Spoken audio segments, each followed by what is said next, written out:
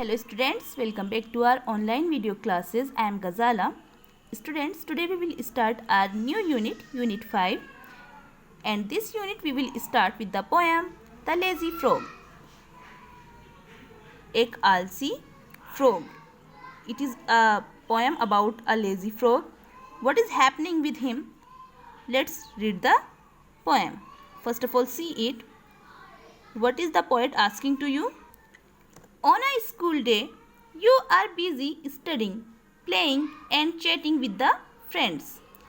When you have a holiday from school, what do? Would you behave a little like the frog in the following poem? On a school day, you are busy studying. A poet is saying to you, on a school day, जब आपका school होता है, you are busy studying, तो आप क्या होते हैं? Studying में, अपनी पढ़ाई लिखाई में बिजी होते हैं. प्लेइंग, खेल कूद में बिजी होते हैं. एंड चैटिंग विथ फ्रेंड्स, और क्या करते हैं? अपने फ्रेंड्स से चैटिंग करते हैं, यानी बातें करते हैं. But when you have a holiday, लेकिन क्या होता है? जब आपका हॉलीडे होता है, जब आपकी स्कूल की छुट्टी होती है फ्रॉम स्कूल, जब आपके स्कूल से क्या होती है? जब आपकी स्कूल में छुट्टी होती है, व्हाट डू? तब आप क्या करते हैं? Would you behave a little like the frog in the following poem? क्या आप भी, ये नीचे पोएम दी गई है, उस फ्रॉग की तरह बिहेव करना पसंद करेंगे? क्या आप भी उस फ्रॉग की तरह ही बिहेव करेंगे, बर्ताव करेंगे? Okay, let's read the poem. Fred is a very lazy frog who lolls all day upon a log.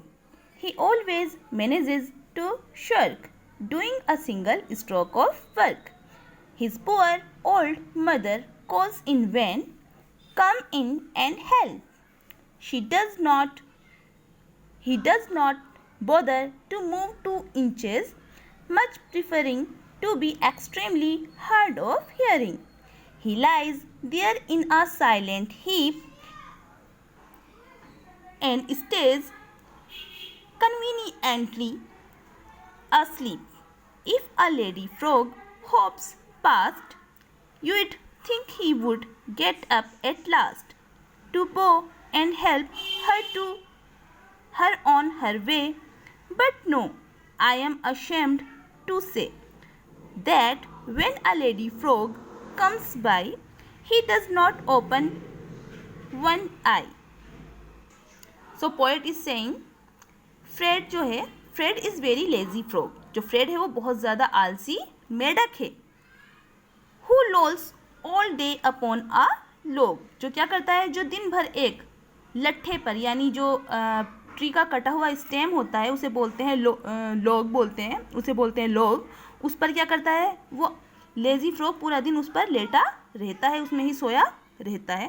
He always manages to shirk, और वो क्या करता है? ज़रा भी काम करने से अपने आप को बचाता है. Doing a single stroke of work, और वो क्या हो जाता है? मैनेज कर लेता है, और वो सफल हो जाता है, सक्सेस हो जाता है क्या करने में? जो काम उसे करना है उस काम को भी ना करके, यानी उस काम को ना करके बचने में वो सफल हो जाता है. वो ज़रा भी काम नहीं करता, वो ज़रा भी काम करने से बचने में क्या हो जाता है? सक्सेस हो जाता है. हिज पुअर ओल्ड मदर, और उसकी जो बेचारी क्या है? पुअर मतलब बेचारी, बूढ़ी माँ है, जो उसकी बेचारी पूरी बूढ़ी माँ है. कॉल्स इन वैन, वो क्या करती है? उसे व्यर्थ में बुलाती है. इन वैन यानी यूजलेसली, मतलब उसका बुलाना ना बुलाना बेकार है, क्योंकि वो बुलाती है फिर भी वो जाता नहीं है. कम इन एंड हेल्प, वो क्या कहती है? आओ और मेरी क्या करो? मदद करो. He does not bother to move 2 inches. He does not bother, लेकिन वो क्या करता? अपने आप को जरा भी कष्ट नहीं देता. बोदर मतलब कष्ट देना, लेकिन वो जरा सा भी अपने आप को कष्ट नहीं देता. टू मूव 2 inches, क्या करने में? वो 1 इंच 2 इंच हिलने में भी, वो 2 इंच भी नहीं हिलता, और 2 इंच हिलने में भी अपने आप को कष्ट नहीं देता. मच प्रीफरिंग, और वो ज़्यादा पसंद करता है. मच प्रीफरिंग, वो ज़्यादा पसंद करता है. To be extremely hard of hearing, वो क्या बन जाता है? वो कुछ भी सुनना पसंद नहीं करता. ही मच प्रीफरिंग, वो ज़्यादा पसंद करता है. To be extremely hard of hearing, वो क्या बन जाता है? उस टाइम पर डेफ बन जाता है. वो बातों को अनसुना कर देता है, जैसे उसने सुना ही नहीं। हार्ड ऑफ हियरिंग यानी वो डेफ बन जाता है, डेफ यानी बहरा बन जाता है। ही लाइज वो लेटा रहता है। There in a silent heap वो शांत, एक शांत ढेर, हीप यानी ढेर में, वो शांत ढेर सा बना रहता है, पड़ा रहता है एक जगह, शांत ढेर सा, जैसे कोई सी चीज़ होती है ना, हम उसे रख देते हैं साइड में ढेर, वैसी वो वहाँ पे पड़ा रहता है। हीप यानी ढेर, वो चुपचाप वहाँ पर लोल यानी लोल पड़ा रहता है एक लोग के ऊपर। एंड स्टेज कन्वीनियंटली, कन्वीनियंटली मतलब होता है कंफर्टेबल, आराम से, कन्वीनियंटली अस्लीप, और आराम से वो क्या करता रहता है, सोया रहता है।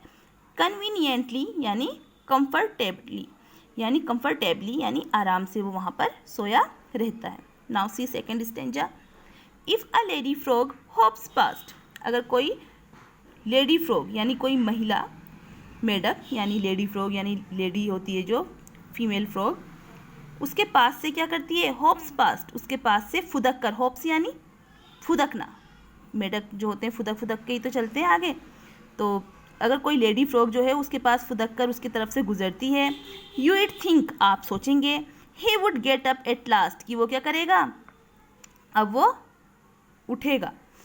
He would get up at last कि अब वो उसे उठेगा। और टू बो, और बो मतलब झुकना, और उसे झुककर प्रणाम करेगा। बो यानी रेस्पेक्ट देने के लिए बोलते हैं ना झुकने को, जब हम किसी को रेस्पेक्ट देते हैं तो थोड़ा सा झुकते हैं ना, क्या वो उठेगा और क्या करेगा, झुककर उस लेडी को रेस्पेक्ट देगा। And help her on her way, और रास्ते में उसकी क्या करेगा, उसकी सहायता करेगा, और रास्ते में उसकी सहायता करने के लिए वो उठेगा, सामने आएगा। बट नो, लेकिन नहीं, आई एम अशेम्ड टू से, मुझे ये कहते हुए शर्म हो रही है, मुझे ये कहते हुए शर्म आती है। when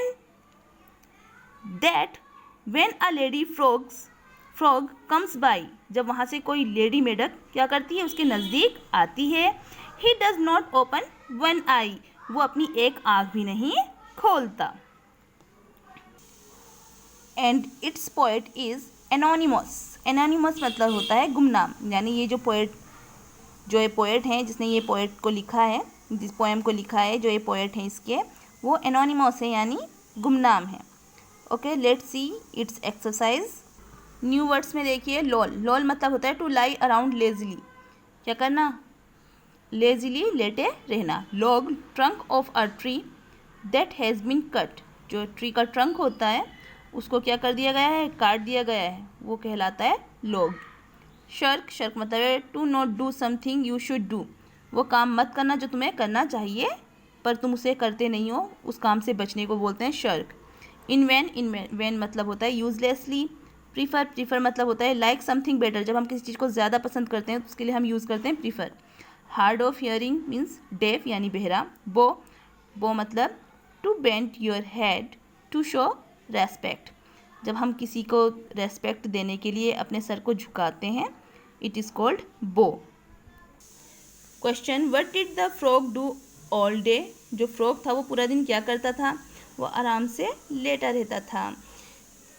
he slept all the day conveniently, है ना। सेकेंड है beside lazy, what other word can you think of to describe the frog. अब लेजी के अलावा आप इस फ्रॉग को डिस्क्राइब करने के लिए कौन से वर्ड का यूज़ कर सकते हैं, तो आप कर सकते हैं उसके लिए शर्कर। Now see complete the sentences with reference of the poem. When the frog's mother called him, he pretended to be hard of hearing. Second है when a lady frog hops by, he does not even open his one eye. Question number 4, do you like the frog's behavior? अब आप बताइए, आपको क्या frog के behaviour को आपने पसंद किया। अकॉर्डिंग टू मी, मेरे अनुसार तो I don't like his behaviour, not at all, बिल्कुल भी पसंद नहीं किया मैंने उसके। इसमें आप करिएगा did you like the frogs behaviour, आप लिखेंगे नॉट एट ऑल, बिल्कुल भी नहीं।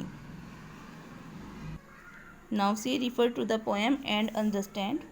The frogs loved to laze and lie around all day. He did not like to do any work at all.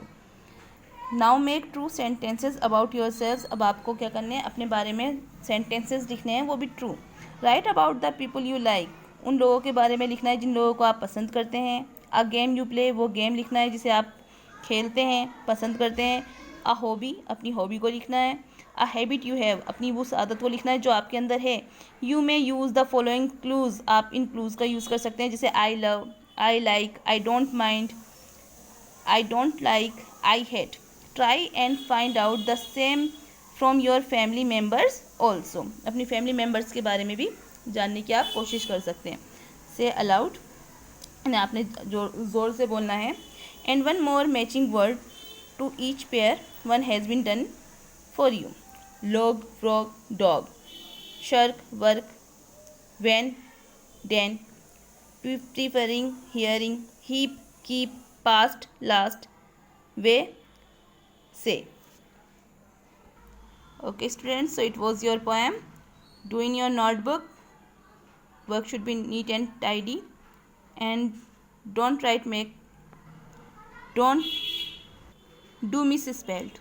Thank you.